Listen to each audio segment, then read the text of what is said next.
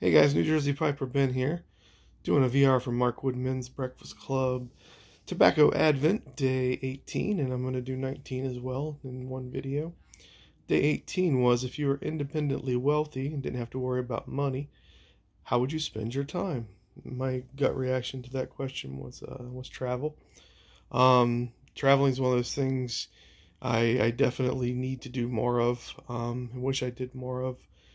Um, yeah, there's just so many amazing places in the world that I would just love to go experience and you know definitely do more like immersive traveling to where like you can only kind of get a feel for a place if you're there for a couple of weeks, but just really just getting in deep and trying to get a good footing and understanding of the culture and and the specifics of the place you're in.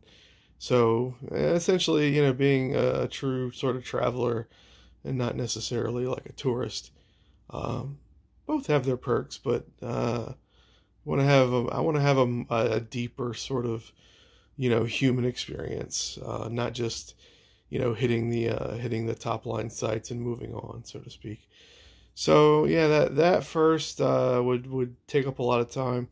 And then obviously, touch on this with some of the other questions, but just figuring out creative and fun ways to brighten people's day.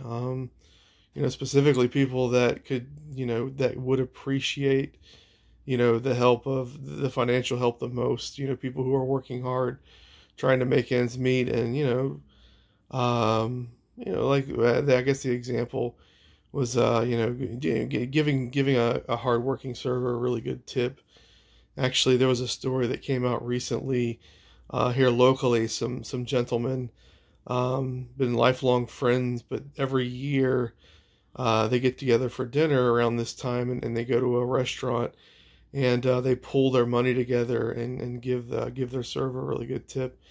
I believe this year it was an IHOP in Patterson, New Jersey, and they gave their server a $1,200 tip. And that is a feel good story. Made the local news, which because I guess the server wanted to thank those guys, and I guess it's an easy thing to want to spread something like that. So that was a really cool thing to read. I would love to do something like that, and there's nothing stopping me from doing something like that, other than a larger group of friends that can pull that much money together. But either way, it's something you could definitely manage at least once a year. I think that's a really cool thing. So it got me thinking. I want to maybe try to figure something like that out, maybe with just people that I work with. They would probably be interested in doing something like that. So yeah, just making people happy, and again, figuring out creative ways to help people, given that I would have the means to do so.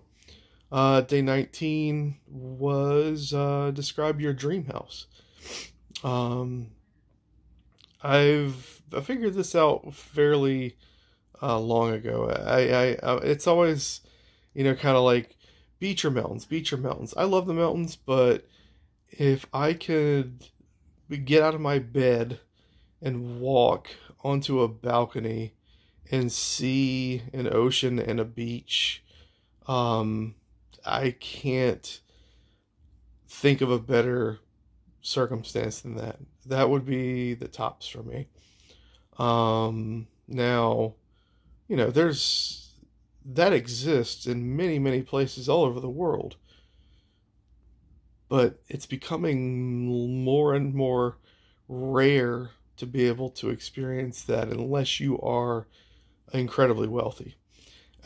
There's a show that comes on HGTV called Beachfront Bargain Hunt, and that show made it through like one season of locations, and they were literally like, yeah, we're in we're in this small town in Florida somewhere, and oh, this house is we're looking for houses that are under $500,000. I'm like, Is that really a bargain these days? A $450,000 house is a bargain?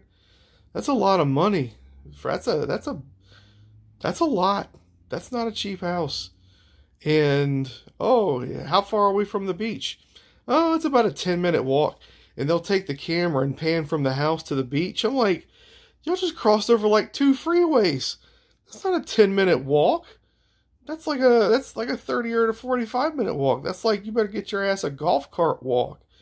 So I'm like, beachfront bargain? First of all, beachfront, that show hadn't been beachfront in a long time. Bargain, I don't think so. So yeah, that's becoming harder and harder to achieve. So I honestly don't know if I'll ever be able to actually do that. Maybe in a condo situation, but then you're looking at like, I was like just looking at in Myrtle Beach. I'm from South Carolina. There's, Myrtle Beach is getting more and more expensive year after year. It's a nice beach. It's the Redneck Riviera, but the beach is pretty nice, relatively speaking. So, there's still some places I guess you could consider affordable in that area. But looking at condos, I'm like, wow, you can get an oceanfront condo for 160, 170, if it's better upgraded and a little bit more space, you're probably pushing up into 250,000 range. Wait, that's not that bad for an oceanfront condo. And then I look at the listing and the HOA fee is like $1,200 a month. I was like, my God, what is going on with HOA fees nowadays? I'm looking at them, attached to condos in my area, and especially, like down there, and I'm just like, that's a lot of money. Like, what is that thing paying for with that many units? You imagine how much money they're raking in every year? So yeah, man, housing is just crazy. But anyway, again, dream house would definitely involve a scenario where I have a view of the ocean and a beach. In the house, obviously I like a lot of space, open concept, the normal stuff people tend to like. But I would definitely want a dedicated theater room. Being a huge movie fan, I would basically want it decked out, big screen, super powerful sound system. I want it to shake the walls, like legit. Like, I want it immersive and just rumbling and just, yeah, good to go. I kind of visit some forums from time to time that talk about stuff like this, home theater, movies, blah, blah, blah. And man, people, they post their builds that they're working on.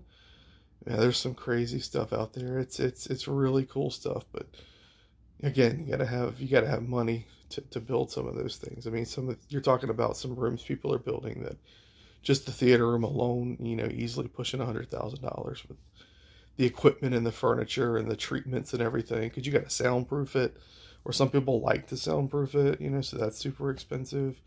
They like to hide all the equipment, and they have like, racks and cooling fans and all this stuff, so it can get pretty crazy. But yeah, so, view of the ocean, beach, preferably in a place that actually has seasons, which narrows it even more. And then again, a dedicated home theater, or a nice dedicated home theater room. Okay, I feel like I've rambled way too much for this, but thanks a lot, guys, and thanks Seth and Scott for putting this together. I'm just discovering it this year, but I'm sure it'll become a lasting tradition for myself. Thanks a lot.